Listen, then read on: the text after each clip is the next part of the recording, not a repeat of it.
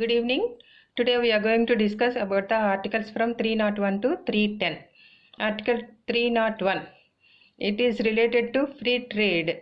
It provides that the trade and commerce and intercourse in the country should be free throughout the country.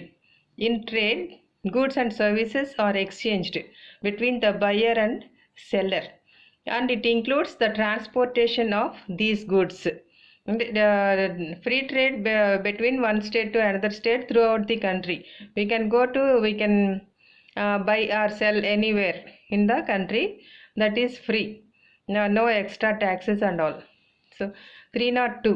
The Parliament has power to impose reasonable restrictions on trade and commerce in the public interest. Sometimes the Parliament is having the power, and according to the situation or according to the cost of the goods, it can impose some special restrictions on the trade and commerce. 303. There are restrictions on legislative powers of the union and state with regard to trade and commerce. No power to give preference to one state over another state, but preference can be given to deal with the situation arising out of scarcity of goods.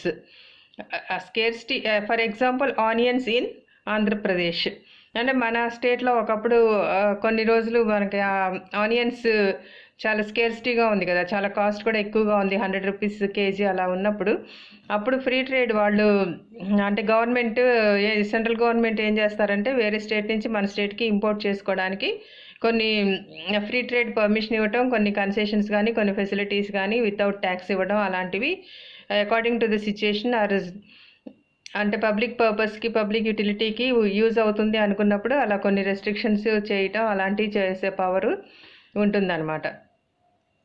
So union మనకు centre నుంచి వేరే ఈ state నుంచి ఇక్కడికి ఆంధ్రప్రదేశ్కి మనం onions import చేసుకున్నందుకు దాని మీద ట్యాక్స్ ఏమీ లేకుండా అలా సిచ్యుయేషన్ హ్యాండిల్ చేయడానికి కొన్ని కన్సెషన్స్ ఇస్తూ ఉంటారు. So 304. Legislature may impose tax on goods imported from another state, but no discrimination between the goods manufactured within the state and imported from other state. A state నుంచి అయినా మనం import చేసుకున్నా అదే cost ఉంటుంది, అదే tax ఉంటుంది. మనం manufacture చేసుకున్నా కూడా within the state same tax అనేది ఉండాలి.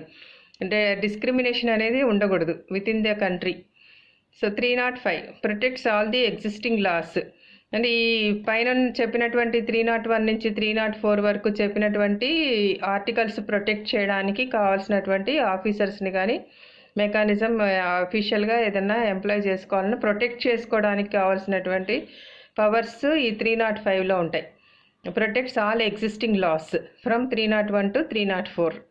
అంటే ఆల్ మొనోపలి అలాంటివి ఏమీ రాకుండా చూసుకోవాలి state. And all citizens have the right to practice any profession or any occupation. అంటే ఎక్కడైనా కూడా మనం ఏ ప్రొఫెషన్ అయినా చేసుకోవచ్చు విత్ ఇన్ ద కంట్రీ. మళ్ళీ ట్రేడ్ కానీ ఏదైనా మనం బిజినెస్ చేసుకోవడానికి మనకు అందరికీ కూడా ఫ్రీడమ్ అనేది ఉంటుంది. Article 306 was abolished. So 307. It empowers the parliament to appoint such authority for carrying the purposes of articles 301 నుంచి 304 వరకు. ఎవరినైనా స్పెషల్ అథారిటీస్ని అపాయింట్ చేసుకునే పవర్ ఆ పార్లమెంట్కి అనేది ఉంటుంది. అంటే ఈ ప్రొటెక్ట్ చేయడానికి ఈ 4 ఆర్టికల్స్ని. అది for example zonal commissioners were appointed to issue permits near check post. స్పెషల్గా కొంతమంది జోనల్ ఆఫీసర్స్ని అపాయింట్ చేసే పవర్ అనేది అకార్డింగ్ టు ది ఆర్టికల్ 307. అంటే ఇవి ప్రొటెక్ట్ చేయడానికి, ఈ పైన చెప్పినటువంటి ఆర్టికల్స్ ప్రొటెక్ట్ చేయడానికి ఇవి కొంచెం ఇంపార్టెంట్ ఆర్టికల్సే 301 నుంచి 310 వరకు. సో అందరూ కూడా కొంచెం జాగ్రత్తగా ఫాలో అవ్వాలి.